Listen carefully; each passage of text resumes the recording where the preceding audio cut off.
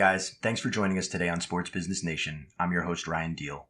We're thrilled to have you on board for the inaugural season of SBN, the podcast and content provider founded by passionate young sports professionals for the benefit of other passionate students and professionals of all types.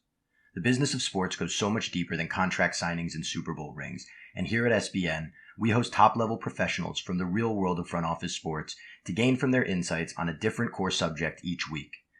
Please be sure to subscribe to our podcast so you can join us all season for an insider's look, and please tell your friends, family, and colleagues to do the same. To learn more about our mission here at Sports Business Nation and see everything we have to offer, please visit our website at www.sportsbusinessnation.com and follow us on all your social media, including LinkedIn, Instagram, Twitter, and Facebook. Quarterbacks have 2.5 seconds to release the ball versus a golfer who's got a lot more time. Now, in both of those situations, they have to become aware of where to place their attention. For this episode's discussion, we'll take time to consider elite performance and leadership skills in awareness and performance, excellence on the field and in the C-suite. Dating as far back as the ancient Greeks, excellence has long fascinated our societies, and many of us constantly push to understand which qualities and habits lead to it.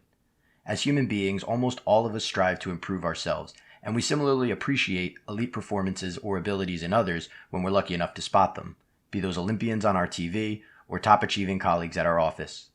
Excellence impresses us in many ways, and an entire industry has developed around improving performance and leadership skills for today's top professionals in all walks of life. And so what we're looking at are qualities of decision-making. Who's a risk taker and who's not? Who's too risky? Who's not risky enough? Who's able to perform under pressure and make effective decisions succinctly? Who will rush into making decisions before they consider the information? If your awareness is low but you have high analytical abilities, what are you going to analyze if you don't have enough data? If you have a lot of awareness and you have great analytical abilities, but you pull the trigger too quickly, what value will that be? We're thrilled to welcome in quite a unique guest for this conversation, Dr. Nick Molinaro. A licensed psychologist and performance consultant, Dr. Nick works widely with high-achieving athletes, executives, and individuals of many types. In the world of athletics, Dr. Nick works most specifically with quarterbacks, golfers, and gymnasts, among others, in helping them improve their awareness and focus under pressure. His client list includes the PGA and LPGA tours, the National Football League, NCAA football programs in both the SEC and Big Ten, as well as several American Olympians. In the corporate world, Dr. Nick consults as an expert in prospect evaluation when top companies hire new C-level execs. His expertise in predicting who will best produce under pressure has led to his working with dozens of global companies, several of them Fortune 500. So today, he's kind enough to take some time and provide us the benefit of his experience in working with these top performers and tell us which qualities he sees as most essential in becoming a top performer yourself. Your intention drives your attention drives your decision-making drives your behavior. So what I would say to any younger person's age is what your intentions are. And some of those are subconscious. You don't get up each morning and say, should I be loyal or honest today? There's a subconscious intention. But what about those conscious intentions? What about the opportunities every day to excel? And with that, we're going to welcome our guest who we're sitting down with today. Would you please introduce yourself and what it is you do to our audience today, Doc? Sure, Ryan. My name is Dr. Nick Molinaro. I'm a licensed psychologist with specialties in counseling, sport, and performance psychology. Well, we appreciate you taking some time here. You are quite an elite specialist at what it is you do, and it makes you perfect for our subject today. Topic of today's discussion here with Dr. Molinaro is going to be awareness and excellence, performance both on the field and in the C-suite. I'll let you speak to what it is you do in more detail here shortly. But you are ultimately consult with athletes, with top-level professionals and businesses on what qualities it takes to be a leader and to be a high performer. And you help people identify the best candidates to put in certain roles based off who has the best qualities to predisposing them for so. So while that's a pretty unique field to get into, and we'll let you talk about that here shortly, tell us a little bit about how growing up, maybe some impressions or experiences you had with elite performances and performers that really kind of sparked your interest in such an unusual field. Well, it starts with my grandfather back in 1919. He actually raced for Duesenberg at the Indianapolis 500. He was a riding mechanic. If you look up my name, Indy 500, you'll see my grandfather who raced. So way back when, and learning about my grandfather, that actually drove me, literally, punny, into driving race cars. So I began driving race cars after I had finished my degrees. And I had an accident coming down the downhill at Lime Rock. Took out another car, got a slight concussion, and broke my arm. And figured out if I was going to race again, I would have to find a way not to be anxious. And I trained myself how not to become anxious, and that led me into this whole field. Well, I'm sure that's a bit of a unique move from race car driver to performance specialist and psychologist. So as we'll get into, as I said, it's really going to be about performance and creating excellence on the field and off the field, as you'll get into. There's a lot of differences. But, can you talk about a personal example from your life before you made this your life's professional pursuit, where you realized, wow, this is something that fascinates me? Well, I would start back, in high school. I didn't do so well academically, having had dyslexia. Neither of my parents graduated high school, so trying to find my way through the program of figuring out how to become educated and find a career was not such an easy thing. So exactly what happened after that, after I finished my first two master's degrees and started my doctoral degrees at William & Mary and Temple, it became very evident to me that there was an interest in high-level performance of individuals. And I studied human development. Human development, is a kind of a segment of psychology, is really about taking each individual and helping them grow to their maximum ability. So it was during my doctoral degree that I actually became fascinated by being able to help people get to their highest level of performance. And I know, as we'll get into, you work with a lot of people who need to perform in extremely high pressure situations, be those quarterbacks, be those professional golfers, be those CEOs running Fortune 500 companies. There's certainly some commonalities. I'm sure you can appreciate the differences as well with your line of work. From a jobs perspective, can you point to a job you had growing up or even when you were a young adult that you had to learn some lessons the hard way? I'd say when I was a kid and I was delivering newspapers early in the morning or after school hours, and being out in really bad weather on a bicycle in a snowstorm, pretty clearly had to figure out a way how to do that without getting hurt and persevere. So I do think that there was kind of an old school mentality that my family kind of encouraged me. You have to work hard in order to be successful. I'm certainly sure that's where it began. Well, so let's talk about this concept that you are one of the foremost experts in right now. It's something we're going to talk about a lot today, leadership awareness and its relationship to performance. And it's a bit of a timeless question on how to optimize performance, what qualities are required to be a great leader, and what people should look for in other individuals to identify some of those traits. So in summary, Doc, what is it that you define as leadership awareness, and how does it impact performance both on the field but also in the front office? Sure. Well, clearly, every moment of every day, we're making a decision. And those decisions, here's the way I'm going to make it, are subconscious. So, for example, you can't even think quickly enough to say the words you're going to say because it's driven by your subconscious mind. What we're looking at is how do performers perform at their highest level, whether it's in sport and business, both subconsciously and consciously. So in the example of an athlete, they don't have time to think very much, particularly if we're looking at open sports. Quarterbacks have 2.5 seconds to release the ball versus a golfer who's got a lot more time. Now, in both of those situations, they have to become aware of where to place their attention. Now, that might seem relatively simplistic, but it has to happen so automatically. So when you're driving down the road at 60 miles an hour, you're not aware of the potential of the right rear tire going flat because it's really irrelevant. If you're driving down a country road, though, you now become aware of something like a deer or a child on the side, and immediately you shift your attention. You become aware of what's essential in order to make a decision to put your foot on the brake or to continue to drive. So awareness is about what's going on around you as well as what's going on inside of you. So in leadership awareness, what are the essential components of each of the jobs or each of the responsibilities that you have? It's easy to look at, in terms of the sports, because it's, did the quarterback get his eyes on the target? And in golf, did you execute effectively? In business, the decisions are made immediately. You might not see the ramifications until it further down the road. So the reason that awareness is most important is that if you're not aware, you can't not make the most effective decisions. So we're looking at both awareness that's conscious and subconscious. And I mean, even you breaking down the distinction between the kind of pressure that a quarterback faces, which is so in the moment and instantaneous for, say, a golfer, where it's you're standing over your putt for 5, 10, 15 seconds, and obviously all the preparation beforehand. It makes me think of a guy like Chuck Knobloch on the Yankees back in the day, who just stopped being able to throw the ball to first base. And in those 2 seconds where he fielded the ball and turned to throw, he couldn't perform. Right. So blocking is not unusual in many sports. I've worked with high-level gymnasts who block. 70% of high-level gymnasts will block at some point in their career. So looking at it from a little bit of a bigger picture perspective here, I'd imagine one of the advantages to your line of work is you've gotten to see such an array of elite leaders and their teams that both fail and succeed. In your view, how do leadership, culture, the culture of an organization and the success of that organization all go hand in hand?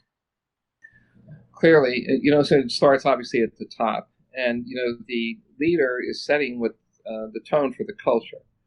And so, for example, if a leader has high levels of awareness, they're going to try to model that, for their employees. And they're also going to mentor their subordinates in that regard. That then becomes part of the culture. So when you look at leadership styles, some people are kind of ruling with an iron fist. Others are allowing people to kind of discover. So what's required at the highest level of leadership is that there's an awareness of what's best for the corporation and what's best for the individuals. Clearly, the greatest asset for any corporation are the individuals. So we need to be able to develop a keen awareness of what's essential for performance and what's essential for the interpersonal dynamics and relationships between the leader and the subordinates and the rest of the crew. The TASE system that we're going to get into here in a little bit is pretty much a method that you've been working with to do exactly that and identify and quantify a lot of those qualities. So if you could go back in time, maybe 25 years, and give the younger, more impressionable Dr. Molinaro a valuable piece of career advice, a piece of advice that you think our audience today should take home with them as well, what do you think that piece of advice would be? I would say that my awareness and anyone's awareness of the intention of why they're doing anything. So that sounds like a relatively simple concept, but I'll give you an example. I'm sure you've read a paragraph if you don't remember what you've read, correct? Certainly. If I said to you, Ryan, go back and find the 2 most important aspects of that paragraph, would you read it differently? Oh, certainly. Okay. So that's your intention. Your intention drives your attention. Your attention drives your decision-making. Your decision-making drives your behavior. So what I would say to any younger person's age is be what your intentions are. And some of those are subconscious. You don't get up each morning and say, should I be loyal or honest today?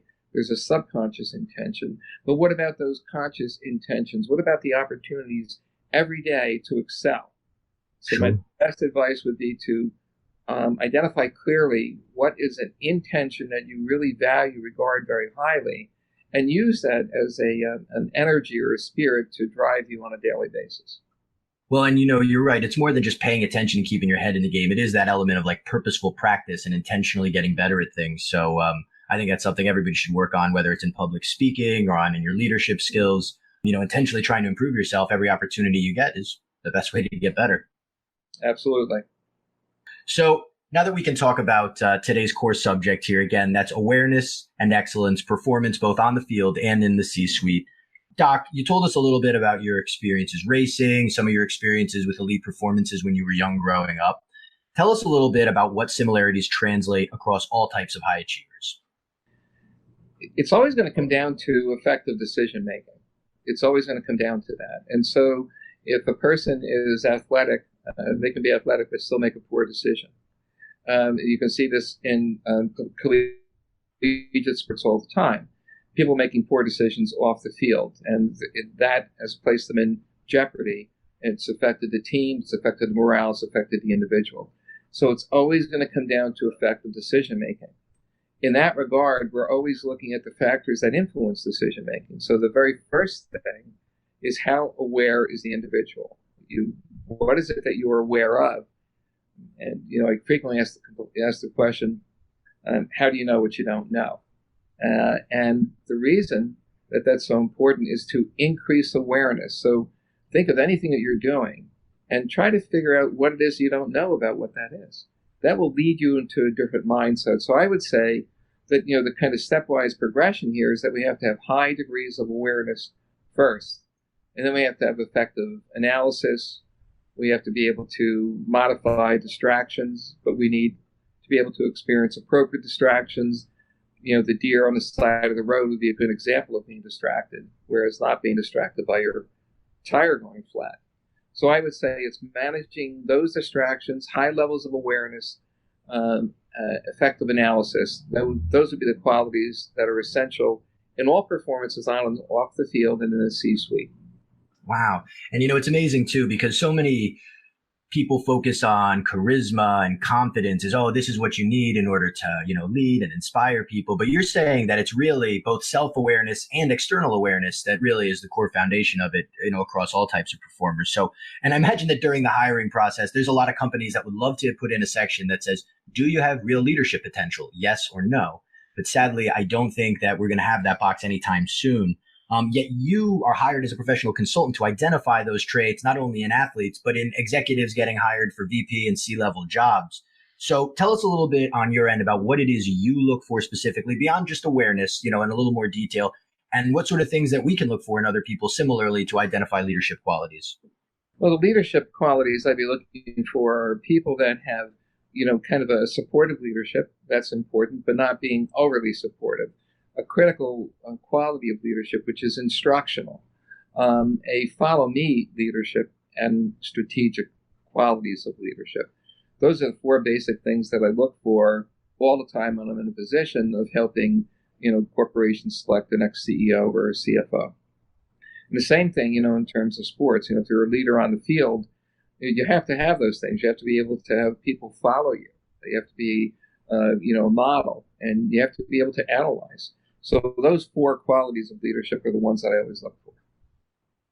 What I'd love to have you talk about a little bit here is this TASE system and test evaluation assessment that you were actually kind enough to do it with me. It was quite a fascinating experience. Basically, from a layman's third-party perspective over here, what I got out of the experience, especially with your guidance, which was invaluable, was that there are over a dozen of these qualities and characteristics that all interrelate to each other. And your guys' system and formula, almost an algorithm, can identify that with under 150 questions, I seem to recall. So can you tell us a little bit about how you formulated this system, some of the value and application it has today in the business world, but also some of your work with the PGA Tour or the NCAA? So it's the test of attentional and interpersonal style. And it was developed by Dr. Robert Niedefter. And I was fortunate to study with Bob and, consult with him on occasions. Now, Bob found that there are 20 mental skills essential for high performance. And that goes across the board. He found it first in Olympic athletes. He certainly found it in military, and he found it in business. And we have norms for each of these groups. So these 20 mental skills now provide it's more than a snapshot. I would actually look at it as a video. It will tell us what's going to happen to the person under pressure. There's no other test like this that measures performance under pressure, and we can do it in such a highly individualized way. So, for example, when working with a golfer, whether it's a junior or a world-class golfer, I'll be able to say, if you're in between a hard 8 or a hard 9 and your easy 8, here's the club you're going to pick, and I'll explain the rationale for it. And so what we're looking at are qualities of decision making. Who's a risk taker and who's not? Who's too risky? Who's not risky enough? Who's able to perform under pressure and make effective decisions succinctly? Who will rush into making decisions before they consider the information? If your awareness is low but you have high analytical abilities, what are you going to analyze if you don't have enough data?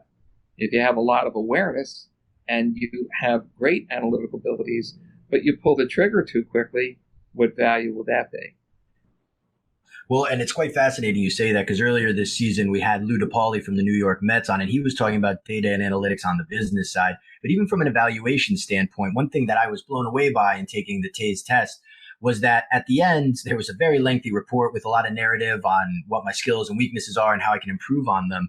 But there were graphs showing where I ranked in all 20 of these categories, not just against the average person in the public, but you guys have data on hundreds of people that are C-level and VP level at major corporations globally. So it was quite fascinating from that standpoint.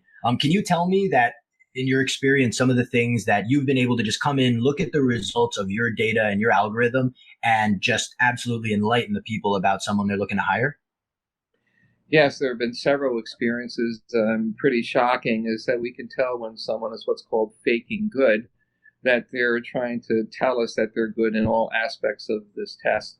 Now, when they do that, we know that there's something about the truth telling, because percentile is no one's 100% 100% of the time, yet their scores tell us this.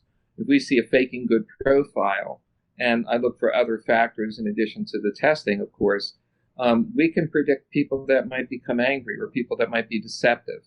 And in one of the cases I may have discussed with you is that we were concerned about this individual was going to be hired, and he was looked at very closely by the partnership, and they were going to hire him. And I said, there's something about his report that's not truthful. Make sure your background check is very thorough. And they found that he was a child molester.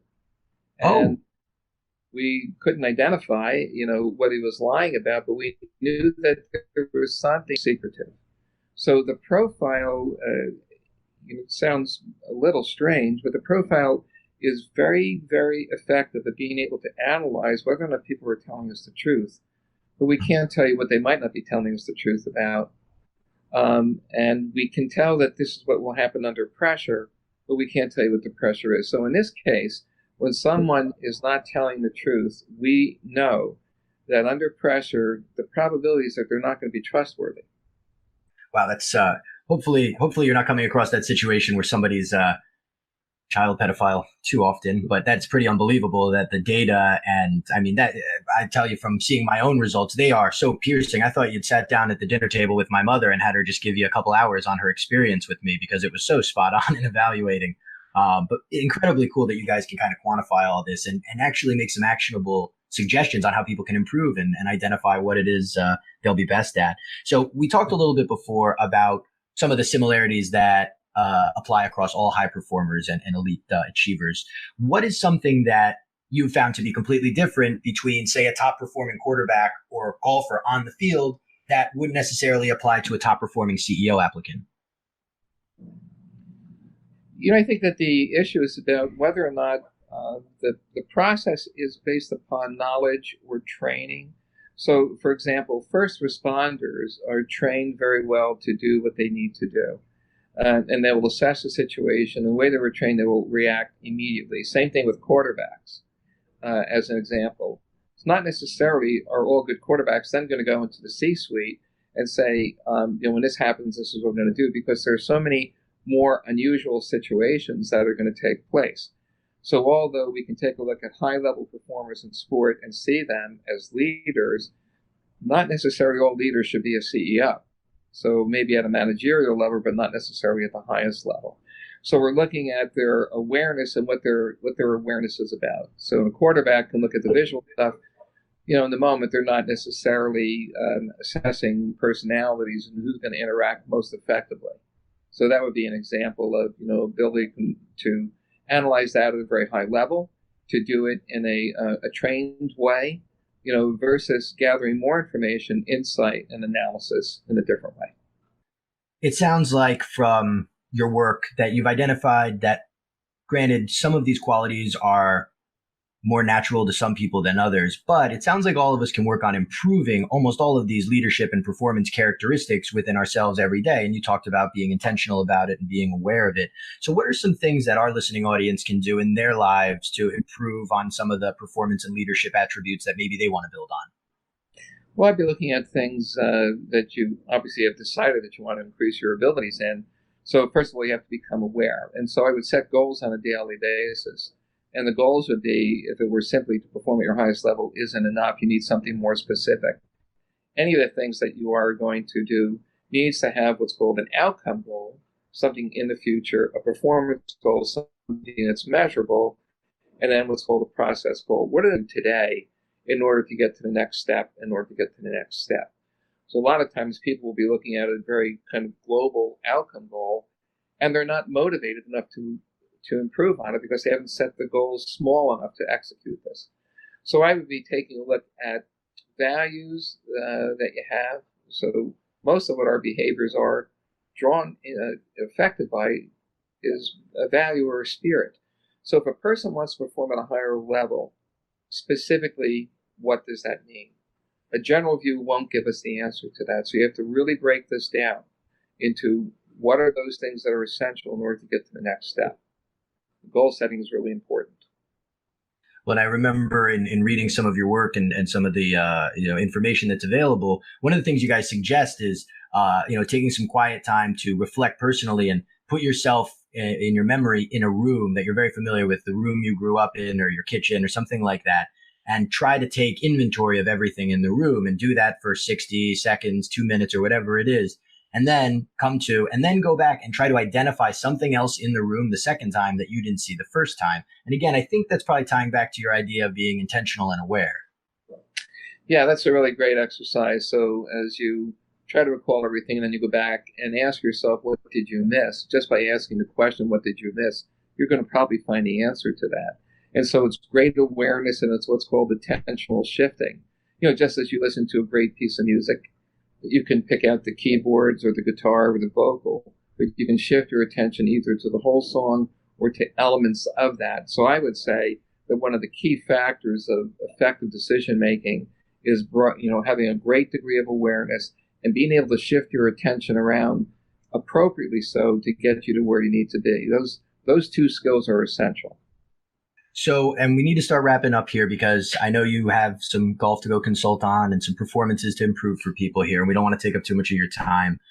But we really appreciate you coming on and creating some of this great content to educate our listeners and give them some real insights here. I know you have some impressive speaking opportunities coming up, but whether it's that or some of the other, books, podcasts that you've been familiar with in the past, what other resources do you recommend to our audience right now so they can improve on some of the stuff we've talked about today?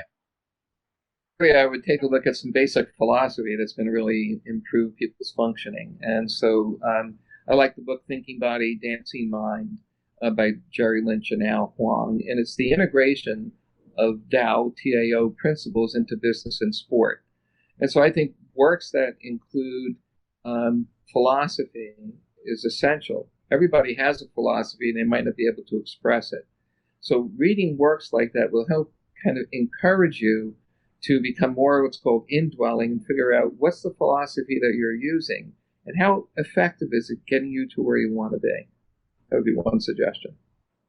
Oh, absolutely. And that's great. I appreciate that. And due to your expertise and the number of amazing leaders and teams that you've been able to get some insights on, as you look around the world of sports and the world of business, can you cite one or two organizations or companies from both sides of the ball that are doing these things that really impress you and you see them as kind of leading the forefront of performance excellence? Clearly, I think if you look at what goes on in Celgene, their experience, my knowledge of them is that there are very few people who lose that company, and most of that is because of what they do for talent development. Certainly, if you take a look at the Crimson Tide, Nick Saban and the work that he does, and typically Nick has 2 or 3 psychologists that kind of help give him information about how to develop performance. So when you look at high-level performance, there's always an element that's going on in the leadership that's about the individuals and their own growth. And it's not enough to just do it for the corporation. You have to bring it back to the essence and the spirit of the person. And I think that's been a pretty core message from you all day, is this comes down to you wanting to make these changes and becoming aware of the fact that there are changes worth making. So we, again, really appreciate your time coming on with us here in Sports Business Nation today. Super insightful stuff for a lot of our listeners and for me as well. We're going to let you go. If there's anything you'd like to say to our audience before we sign off, I'd encourage it. But again, thank you so much for your time and being a resource for all of us here at Sports Business Nation today, Doc. Thanks for the opportunity, Ryan. Hope to do it again soon. All right, absolutely. We'll be well, and we'll talk to you soon. Bye-bye. In digesting some of our conversation with Dr. Molinaro today, let's try to identify his main themes and points. Your intention drives your attention drives your decision-making drives your behavior. So what I would say to any younger persons, age is what your intentions are. And some of those are subconscious. You don't get up each morning and say, should I be loyal or honest today? There's a subconscious intention. But what about those conscious intentions? What about the opportunities every day to excel? Dr. Nick suggests that what we intend to do, whether consciously or subconsciously, drives the decisions we ultimately make. So on the one hand, some of that happens without our awareness, and we could cite things like being loyal, responsible, or dedicated as subconscious intentions that might drive our decisions. Then on the other end of the spectrum, we have intentions we're definitely conscious of, like taking care of yourself or helping out a neighbor, that equally drive your decision making.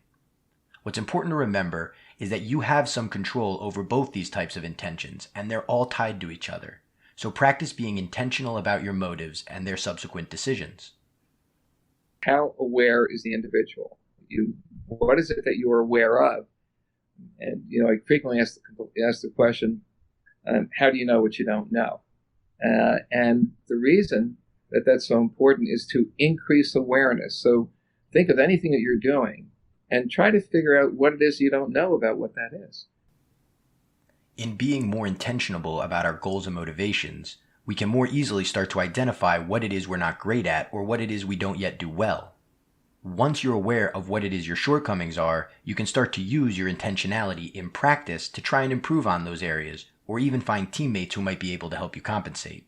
No matter how you choose to solve the problem or deficiency, making yourself aware that something needs to be changed has to come before the progress can start. And so what we're looking at are qualities of decision making. Who's a risk taker and who's not? Who's too risky?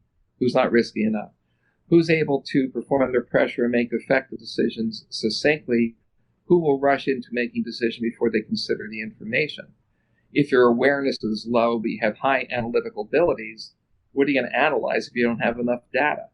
If you have a lot of awareness and you have great analytical abilities, but you pull the trigger too quickly, what value will that be? As with many walks of life we try to improve on, becoming more aware and excellent is a delicate balance of many habits and qualities. You need to work on improving your analytical abilities and awareness to create a broad scope for evaluating situations. But just as importantly, you need to balance that with calmness under pressure and practice self-efficacy to make sure you don't get too brazen. So while it may seem like the toughest moment to do so, the next time you're about to hit the panic button and make a hasty decision, remove yourself, take inventory of your intentions, ensure you're aware of everything that's important, and then make your best move from there.